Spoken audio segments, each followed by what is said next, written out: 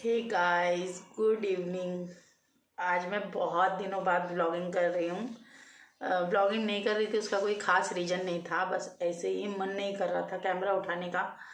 किया बहुत कुछ, लेकिन बहुत कुछ इन द सेंस कि घर की थोड़ी सी सफाई वफाई की, ये सब सारे काम किए, लेकिन कैमरा उठाने का मन नहीं कर रहा था बिल्कुल भी। व्लॉगिंग करने की इच्छा नहीं हो रही थी, दैट्स वाई मैंने व्लॉगिंग नहीं किया।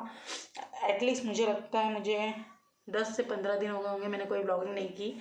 जो वीडियो मैंने आपके साथ शेयर किया है रेसिपी वाली ना, वो भी वीडियो मेरी पुरानी वीडियो है, मतलब पहले रेसिपी शूट की थी ना, वो वीडियो है। आज मेरा मन किया कि चलो आज मैं ब्लॉगिंग करती हूँ, बहुत दिनों बाद तो मैंने किया। और जैसे कि आपको बता दूँ कि आपको मेरा फेस बहुत ज़्यादा ऑयली लग रहा होगा, साथ ही बाल भी लग रहे होंगे। हाँ, आज एकादशी है तो मैं बाल धोना चाहती थी। हाँ, कल रात में मेरे हेड में बहुत ज़्यादा दर्द था, तो मैंने बालों में तेल लगवाया। मेरे हस्बैंड ने लगाया मुझे तेल, तो उन्होंने मेरा सर दबाया था, उन्होंने तेल लगाया था। तो फिर है ना, मैं आज धोना चाहती थी, आज एकादशी है। तो फिर मेरा पीरियड आ गया, और हम लोगों में बोलते हैं पीरियड के दिन बाल नहीं धोते। अगर बाल धो लेते हैं ना तो हमारा पीरियड जो ब्लड का फ्लो है ना वो कम हो जाता है या ख़त्म हो जाता है। और ये बात रियल है, फैक्ट है, आप अपने ऊपर भी आजमाना। जब मेरी मम्मी कहती थी ना तो मैं मानती नहीं थी ये बात, क्योंकि तब मैं स्टूडेंट थी। और मैंने कभी क्या होता था पता है, स्टूडेंट लाइफ में अगर मेरा पीरियड आ गया और मुझे कहीं जाना है ना तो मैं बाल धो लेती थी, मैं नहीं देखती थी कि।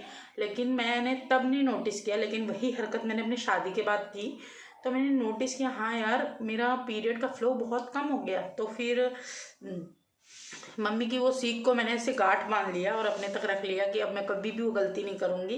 फ्यूचर में कोई मेरे सामने आता है और ऐसा रिलेटेड वो भी गलती करता है तो उसको भी रोकूंगी। तो आज मेरी तरफ से आपको एक सीख है, अगर आप भी कभी ऐसा करते हो तो ऐसा मत करो, क्योंकि वो हमारे बॉडी के लिए अच्छा नहीं है। पीरियड हमारे बॉडी को हेल्दी रखने के लिए आता है ना, तो उसका फ्लो निकलना, एक जो नॉर्मल फ्लो होता है जितना निकलना चाहिए एक लेडीज़ को, वो निकलना बहुत ज़्यादा ज़रूरी है। तो गाइस चलिए, ये रही ज्ञान की बातें। दूसरी चीज़ मैं आपको बता दूं कि मेरा सैटरडे को बॉम्बे जाना हो रहा है मेरी मम्मी के यहाँ पर। तो मम्मी के यहाँ पे जा रही हूँ मैं 1 मंथ के लिए। मेरा जो भाई है उसको बेबी हुआ है, और अभी मम्मी को थोड़ा सा मेरी ज़रूरत है। थोड़ा सा मतलब होता है ना, एक बेटी अपनी मम्मी के यहाँ आए। अभी मेरी सेकंड नंबर की सिस्टर उनके पास है, जब मैं जाऊँगी तो एक वीक वो मेरे साथ रहेंगी, फिर वो अपने घर चली जाएंगी।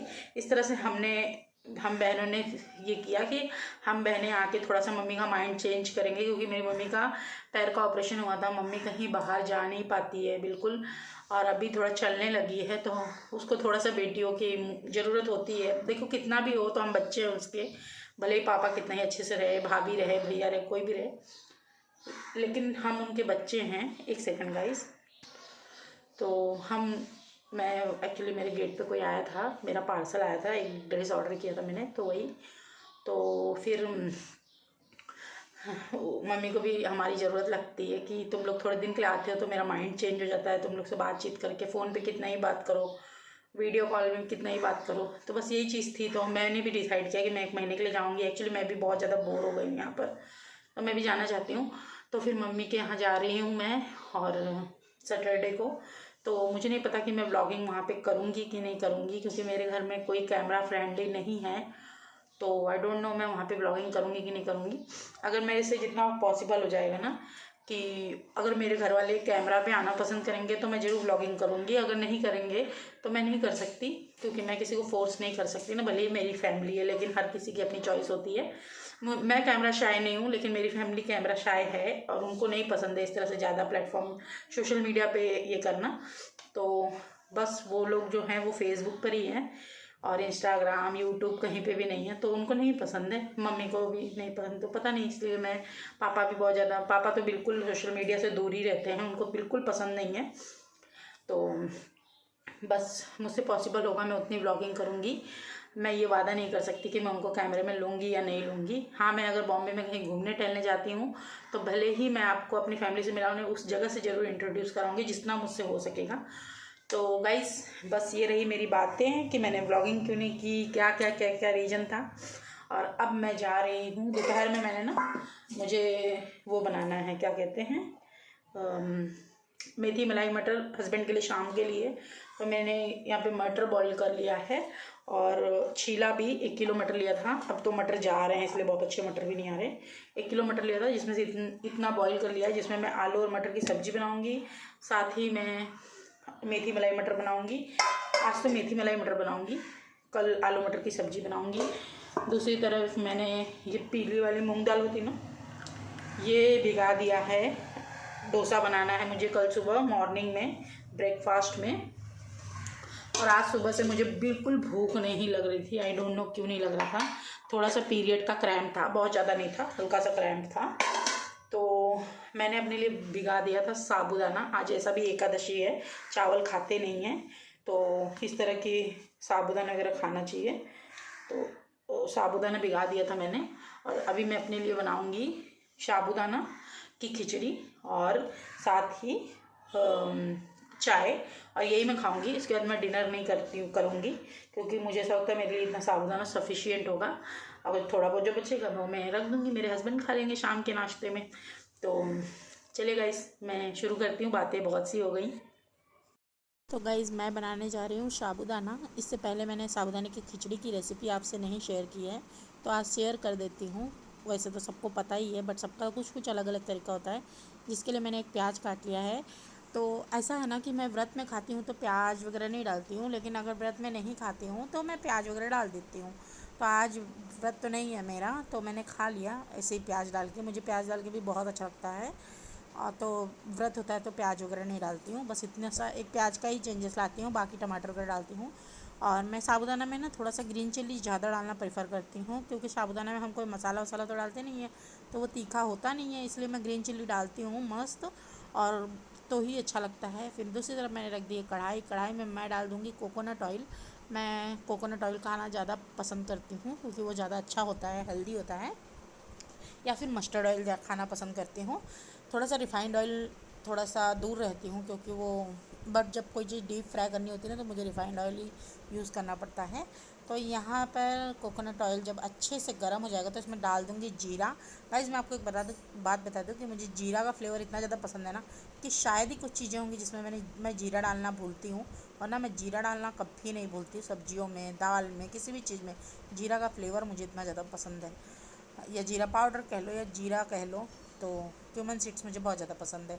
दूसरी चीज़, मैंने प्याज और जो ग्रीन चिली काटी थी उसको डाल दिया है मैंने, और वो पक रहा है धीरे धीरे। दूसरी तरफ मैंने क्या किया, शेंगदाना जो होता है उसका कूट बना लिया, क्योंकि मैं शेंगदाना पीस के डालती हूँ। कुछ लोग उसको ऐसे ही डाल देते हैं। ये मैं जो बनाती हूँ ना साबूदाना, ये प्रॉपर मैं महाराष्ट्रियन स्टाइल में बनाती हूँ, क्योंकि मैं महाराष्ट्र की हूँ, मुंबई की हूँ।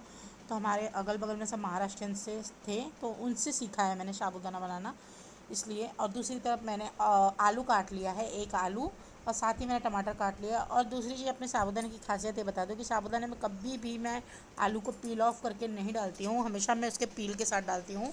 सोया मेथी की सब्ज़ी हुई, या पालक की सब्ज़ी हुई, या मेथी की सब्ज़ी हुई, ऐसे कुछ सिलेक्टेड सब्जियां हैं जिसमें मैं पील के साथ डालती हूँ। साबूदाने में मैं पील के साथ डालना प्रेफर करती हूँ। हाँ, जब मैं मेरे लिए बनाती हूँ तो, अगर मैं अपनी मम्मी के यहाँ जाती हूँ ना तो उनके लिए उन लोगों के लिए बनाती हूँ ना, अपनी फैमिली के लिए, तो मेरे घर में पील के साथ कोई खाना पसंद नहीं करता, तो पील ऑफ करके डालती हूँ।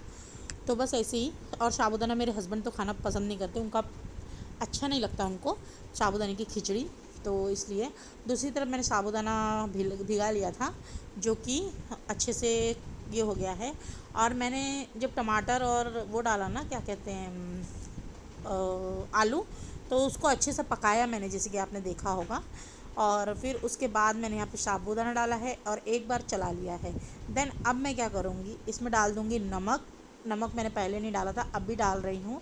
और उसके बाद डाल दूँगी शेंगदाने का कूट, जो मैंने शेंगदाने का कूट बना के रखा था, उसको डाल लूँगी और अच्छी तरह से मिक्स करूँगी। और मिक्स करने के बाद मैं इसको कम से कम 7 से 8 मिनट स्लो सिम पर पकने दूँगी। ये इसका मेन प्रोसेस होता है। अगर आप इतना ही करके इसको सर्व करने लगोगे ना, आपका साबूदाना पक्का से पक्का अच्छा नहीं बनेगा, जब तक आप उसको अच्छे से पकने नहीं दोगे। उसमें एक स्टिकीनेस आती है, वो स्टिकीनेस अगर आ जाती है ना, उसके बाद साबूदाना आपका बहुत ही अच्छा बनता है।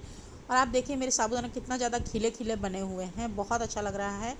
तो गाइस यहाँ पे मेरा साबूदाना बन के रेडी है, दूसरी तरफ चाय बन के रेडी है। मैंने आफ्टरनून में लंच नहीं किया, इसलिए मैं इवनिंग में 5:30 बजे चाय के साथ साबूदाना खाना पसंद कर रही हूँ। साथ ही लास्ट में इसमें आप डाल दीजिए ढेर सारा कोरिएंडर लीव और मस्त में आप खाइए अपना साबूदाना। एक नंबर बनता है, ट्राई ज़रूर करना इस तरीके से। Hey guys, good evening. अभी बज रहे हैं शाम के 6:45 और मैंने किया walk half an hour. Walk तो मैंने क्या कहते हैं, जब मेरा साबूदाने की खिचड़ी मैंने खाया ना तब भी मैंने वॉक किया था। फिर उसके बाद पसीना पसीना हो गई थी, मेरी बहन का कॉल आ गया था, मैं उससे फ़ोन पे बात कर रही थी।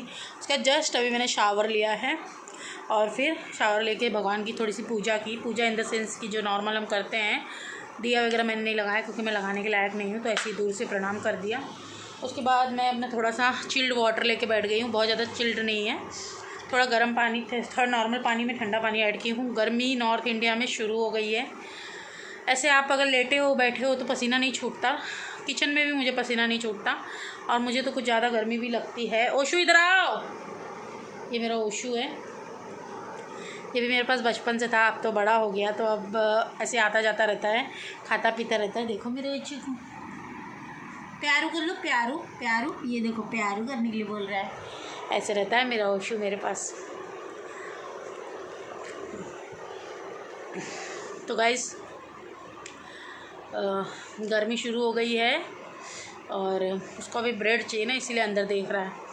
मैं उसको ब्रेड देती हूँ। अभी तक मेरे हस्बैंड आए नहीं हैं, इसलिए मैंने उनके लिए शाम के लिए कुछ इवनिंग स्नैक्स भी नहीं बनाया। इधर आओ, ये छोटा वाला उसको परेशान कर रहा है। फिर दो, चलो भर्जन आओ शो, इधर आओ तुम। ये तो सुत्तू करो, निन्नी करो। हाँ करो निन्नी, जैसे मैं बोलूँगा निन्नी करो वैसे लेट जाता है। निन्नी करो, चलो सुत्तू करो सुत्तू। हाँ निन्नी करो, हाँ करो। उधर मेरा पिद्दू लेटा है। मेरा पिद्दू काफ़ी बड़ा हो चुका है और टकला भी मेरा ठीक है, बाहर बैठा हुआ है टक्कू मेरा। और मेरे हस्बैंड अभी आए नहीं हैं, उनको कॉल करूँगी कहाँ तक पहुँचे हैं देखती हूँ। और मुझे अभी उनके खाने की तैयारी करना है। मैं तो ऐसा कुछ खाऊँगी नहीं डिनर में, क्योंकि मैंने ब्रेकफास्ट जो होता है अपना ब्रेकफास्ट इवनिंग का स्नैक्स ही मैंने बहुत अच्छा खासा कर लिया है, तो अब मुझे भूख तो लगेगी नहीं। और अगर भूख रात में लगती है तो मैं 1 गिलास दूध पी लूँगी, 1 कप इन द सेंस कि बस। तो गाइज़ और ऐसा कुछ खास तो हुआ नहीं है आज का दिन, बस ऐसे ही नॉर्मल डे था। बस थोड़ा एक्साइटेड हूँ, मम्मी के यहाँ जाना है तो। और कल जाके थ्रेडिंग वगैरह आईब्रो वगैरह कराऊँगी। थोड़ा सा नाइटी वगैरह की शॉपिंग करनी है, न्यू नाइटी की, वो करूँगी। और कल भी ब्लॉगिंग करूँगी। आज तो बस इतना ही।